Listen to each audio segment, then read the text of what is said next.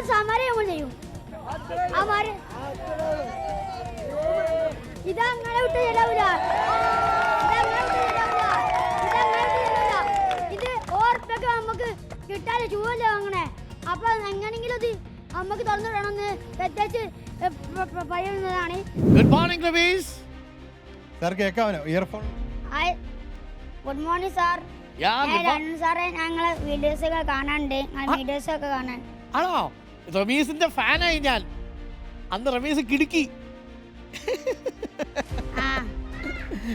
അപ്പൊ റമീസെ, മോൻ എന്താ 5:30ക്കാണോ രാവിലെ എഴുന്നേറ്റ് അവിടെ പോയത് ആ കടയിലേക്ക്? അതെ. മോന് ഷൂ വേണോ? കയ്യിൽ 1 രൂപ നോട്ട് ഉണ്ടായിരുന്നു ആ സമയത്ത്? അതാ ഞാൻ ആ സമയത്ത് എനിക്ക് പറഞ്ഞത് വെച്ചാൽ 4 മണിക്കോടെ നമ്മൾ വേറെ വീട്ടിൽ നിന്ന് അത്താഴം കഴിച്ചിട്ട് പോയതാണ്. ഓ, ഷൂ കിട്ടുമെന്ന് വിചാരിച്ചു. കേക്കായോ? പ്രതീക്ഷിനി ഞാൻ ആ ഉറുപ്പ്യ എടുത്ത് വെച്ചാണ്. അവര് പറ്റിച്ചു നമ്മളെ അല്ലേ കടക്കാരെ? ഞാൻ പടിയെ പോയി. പറ്റിച്ച്.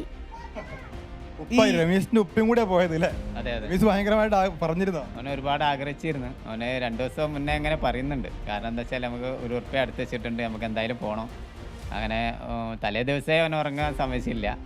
അപ്പോൾ പിന്നെ ഞാൻ പറഞ്ഞ് നമുക്ക് നോക്കാം പോവാന്നൊക്കെ പറഞ്ഞു. ഞാൻ പറഞ്ഞു ഒരുപാട് ആളുണ്ടാവും. ഇല്ല നമുക്ക് പോവാന്ന് പറഞ്ഞു. അങ്ങനെ അവിടെ ചെന്ന് അപ്പോഴാണ് ഈ സംഭവം. പിന്നെ ലാത്തി ചാർജൊക്കെ ഉണ്ടാകുമ്പോൾ അവൻ ഓടി കശിലായിരുന്നു.